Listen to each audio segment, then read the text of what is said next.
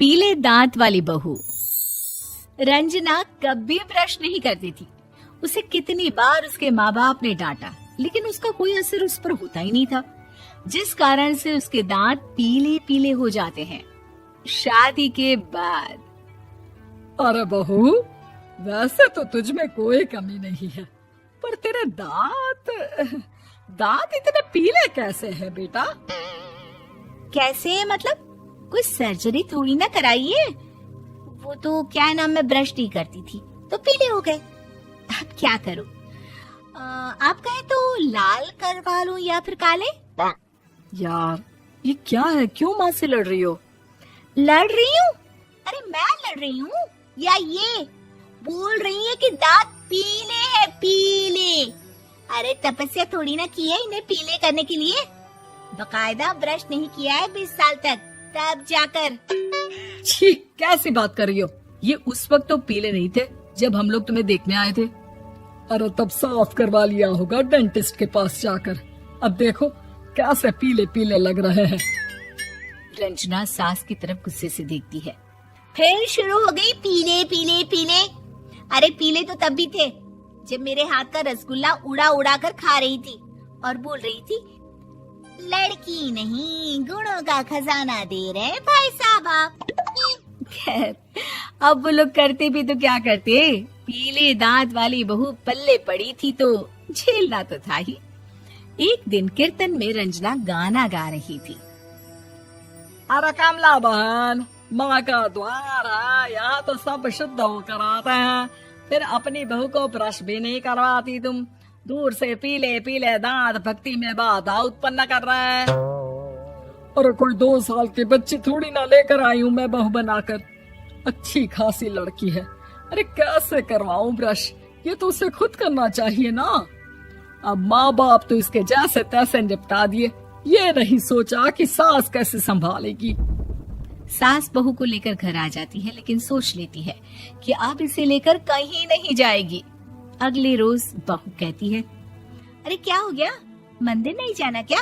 कीर्तन का वक्त हो रहा है। मेरी मधुर वाणी से कान्हा जी जागते हैं और सोते हैं। आप तो जानती है ना उनकी भक्ति में कितना मन लगता है मेरा।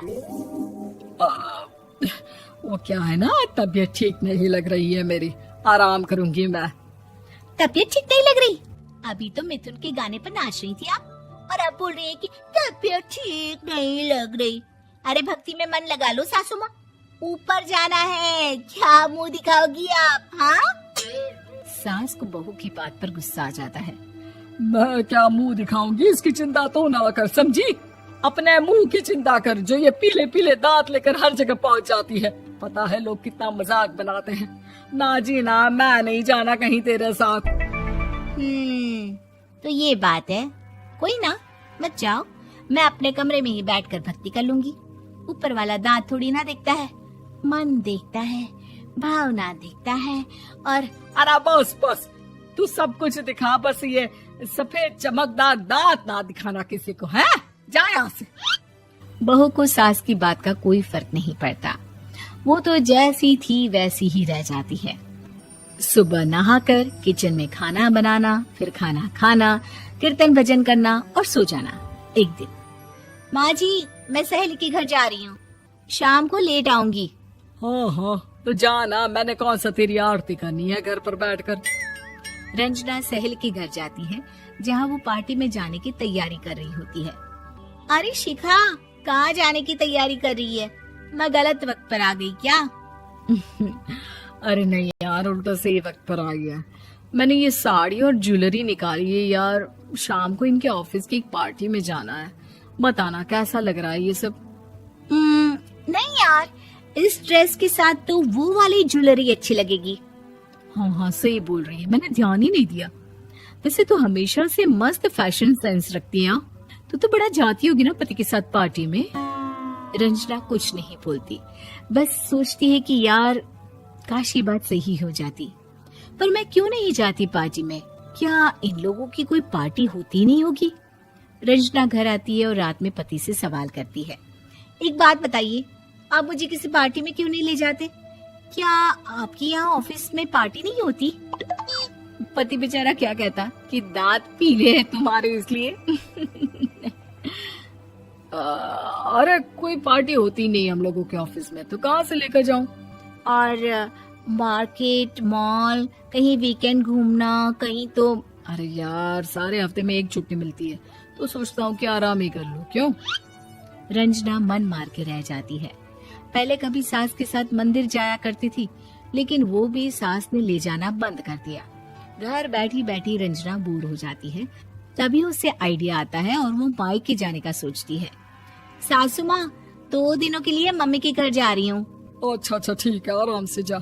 और हाँ, माँ से कुछ अच्छी आदत सीख कर आना कि कैसे शरीर के हर भाग की तरह दांतों की सफाई भी जरूरी होती है, समझी? शुरू हो गई ना आप। वो लोग आपकी तरह नहीं है कि छोटी छोटी बात का बतंगड़ बना दे। उन लोगों के लिए मैं मायने रखती हूँ, ना कि मेरे पीले पीले दांत। रंजना माँ को बिना बताए उन लोगों को सरप्राइज देती है, लेकिन जैसे ही वो दरवाजे पर पहुंचती है, अंदर देखती है कि घर वाले कहीं जा रहे होते हैं। अब माँ, काश रंजना दीदी के दांतों वाली प्रॉब्लम नहीं होती, तो वो भी हम लोगों के साथ चलती ना बुआ जी की बेटी की शादी में। हाँ बेटा, लेकिन अब उसे कौन समझाए कि उसको उसके पीले दांत नहीं दिखते, लेकिन उसके आसपास के लोगों को कितना एम्बैरेसिंग फील कराते हैं। मुझे तो कितनी बार उसके स्कूल की टीचर ने शिकायत की कि उसके साथ कोई लड़की बैठना भी नहीं चाहती, और ना ही कॉलेज में कोई उससे बात करना चाहता था। लेकिन पता नहीं क्यों उसे ये बात समझ में ही नहीं आती। कोई कमी नहीं है उस लड़की में, बस यही कि दांत पीले हैं। वो तो भला हो जीजा जी और उनकी माँ का, जो दीदी को जैसी है वैसे ही रखा हुआ है। रंजना को अपने घर वालों की बात सुनकर बहुत दुख होता है। वो सोचती है कि वो क्या करे, लेकिन फिर वो सीधा डेंटिस्ट के पास जाती है, अपने दांत चमकाती है और कसम खाती है कि वो रोज ब्रश करेगी। अरे क्या हो गया? तुम तो 2 दिनों के लिए गई थी ना। पर कोई ना, अच्छा है, चलो आ गई तो। रंजना सास के सामने आकर खड़ी हो जाती है और पूरी स्माइल करती है, उसके चमकदार दांतों को दिखाती हुई। हैं? चले मंदिर। माँ, मुझे माफ कर दीजिए, मैंने आप लोगों को बहुत एम्बैरेसिंग फील करवाया। मैं आज से रोज ब्रश करूंगी।